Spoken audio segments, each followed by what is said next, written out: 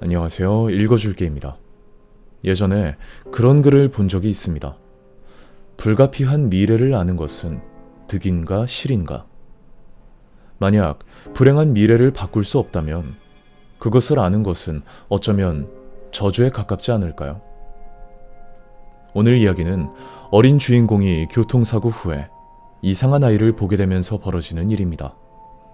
그럼 바로 시작하겠습니다.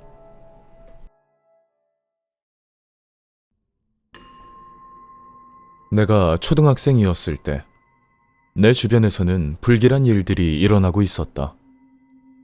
그 시작은 내가 교통사고를 당했던 때까지 거슬러 올라간다. 운이 나쁘게도 고령 운전자의 폭주 차량이 인도로 돌진했고 하교 중이던 나 역시 피해자 중 한 명이 되었다. 겉으로 보기엔 경상이었다고 하지만 머리를 세게 부딪힌 탓인지 처음에는 의식을 잃었고 며칠 뒤에야 정신을 차렸다. 그래도 다행히 상처는 몇 주 정도면 완치될 수준이었다.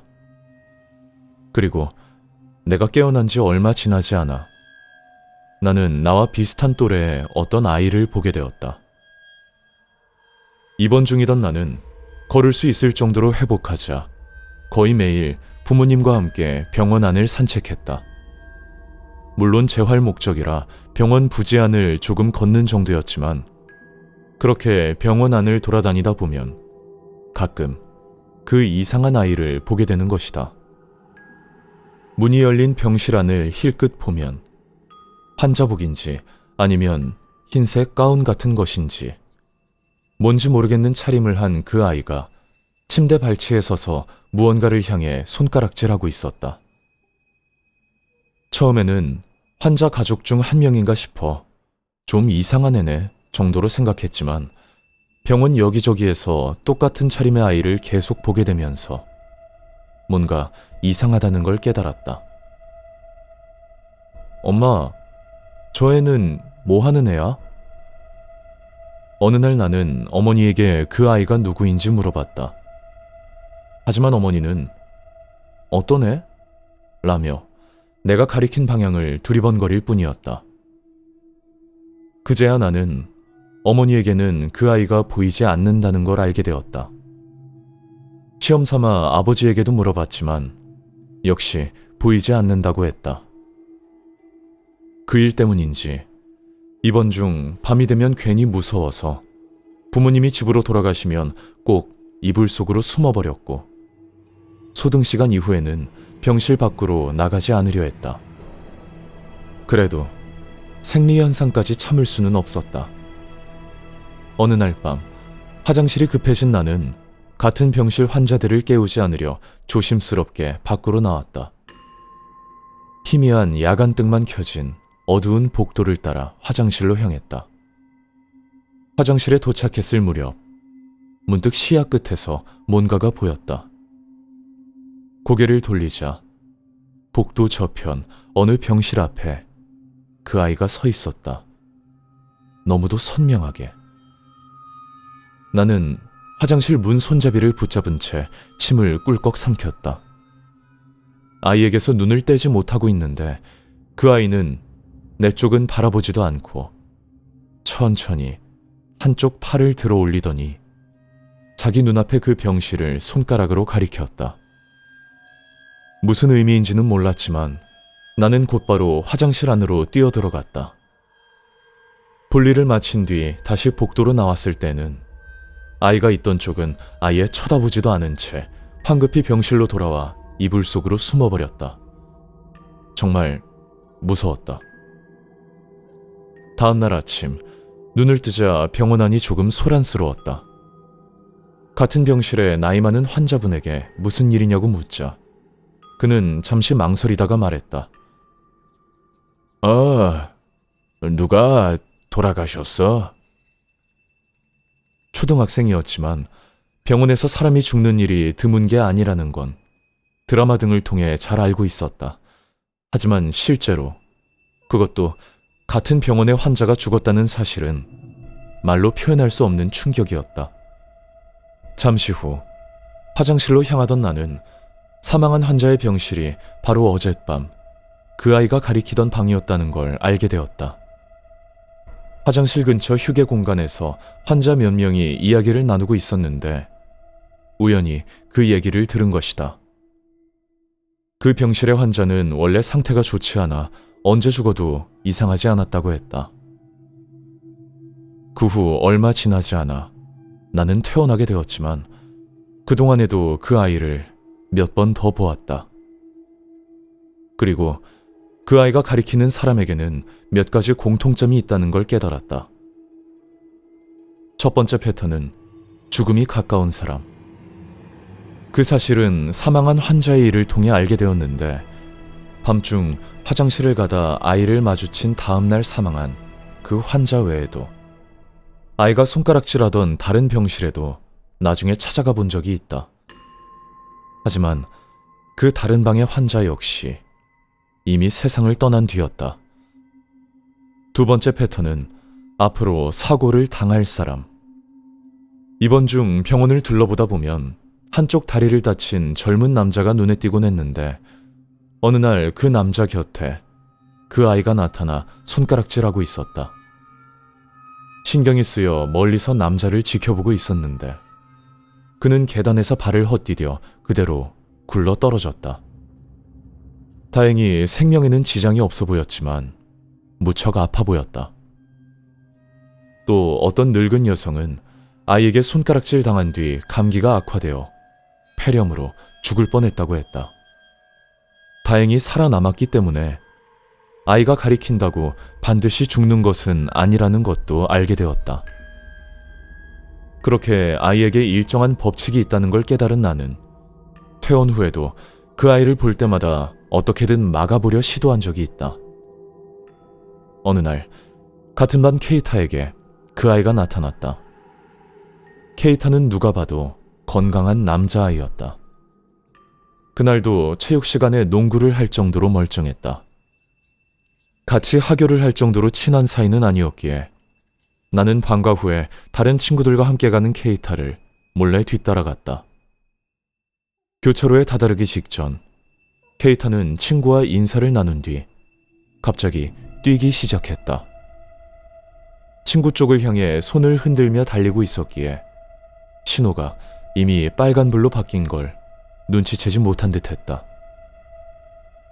케이타! 나는 큰 소리로 그를 불렀다.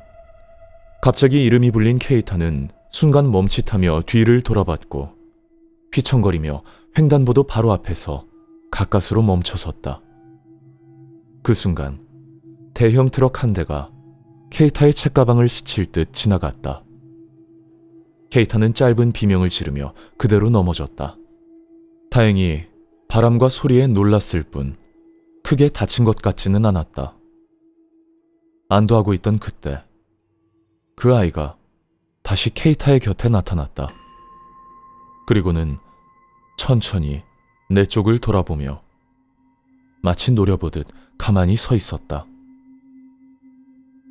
그 모습을 본 순간 나는 혹시 엄청난 일을 저질러버린 건 아닐까 하는 불안에 휩싸였다. 며칠 뒤 평소처럼 일어나 거실로 내려갔을 때 나는 하마터면 다리에 힘이 풀려 주저앉을 뻔했다. 내 안색이 새하얘진 걸 본 어머니가 어디가 아프냐고 걱정하며 내 이마에 손을 얹었지만 나는 어머니 뒤에 서 있는 그 아이에게서 눈을 뗄 수 없었다. 처음으로 가까이에서 아이의 얼굴을 보았다. 그 얼굴은 약품에 녹은 것처럼 처참하게 일그러져 있었다. 솔직히 어디가 눈이고 코인지도 구분이 안 됐다. 롤케이크의 소용돌이 무늬처럼 얼굴 전체가 뒤섞여 녹아내린 느낌이었다. 특히 코 부분은 무화과를 짓이겨 놓은 것 같아 보기만 해도 구역질이 날 정도였다.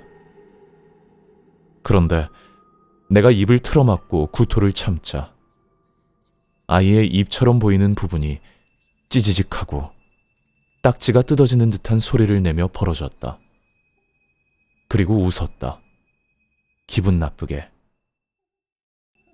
이윽고 아이는 나를 걱정하는 어머니를 향해 손가락을 들어 보였다.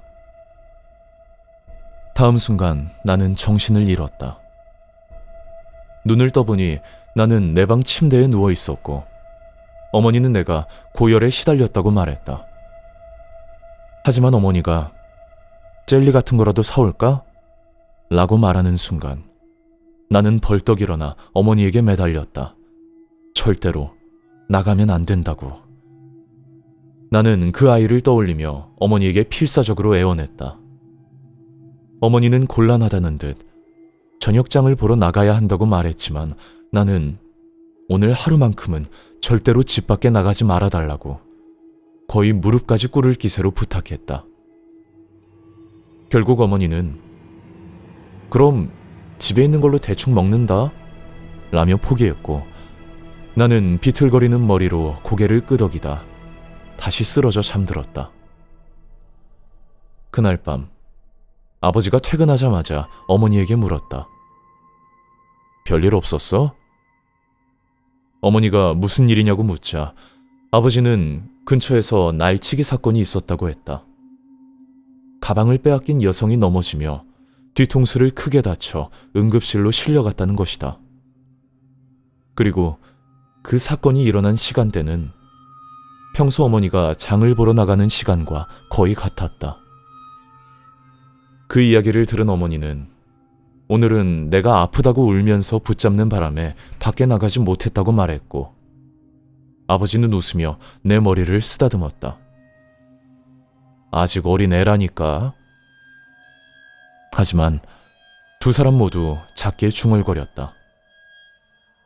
이런 일도 있구나 하고. 나는 어머니가 무사하다는 사실에 안도했다. 그런데 부모님 뒤편에서 다시 그 아이가 나타난 걸 보았다. 이번에는 나를 원망하듯 노려보고 있었다.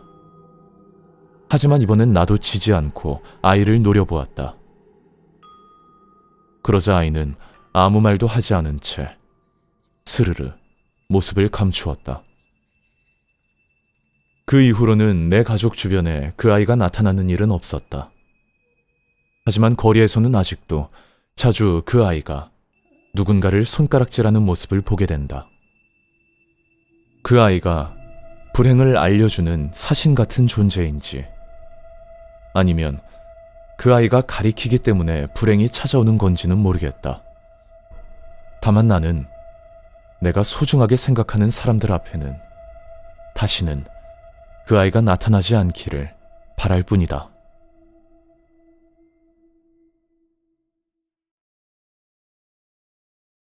네, 여기까지입니다. 다행히 주인공은 미래를 바꿀 수 있었죠. 근데 이런 생각이 들더라고요. 주인공이 그랬던 것처럼 불행한 미래를 피할 수만 있다면 어쩌면 그 아이를 일종의 위험 감지기 느낌으로 사용하면 꽤나 유용하지 않을까요?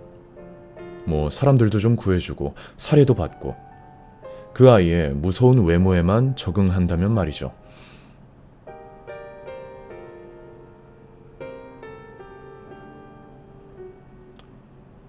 근데 또 괜히 자극해서 좋을 게 없다는 생각도 들긴 하네요. 네, 오늘도 긴 이야기 들어주셔서 감사합니다. 저는 다음번에 또 다른 이야기로 찾아뵙겠습니다.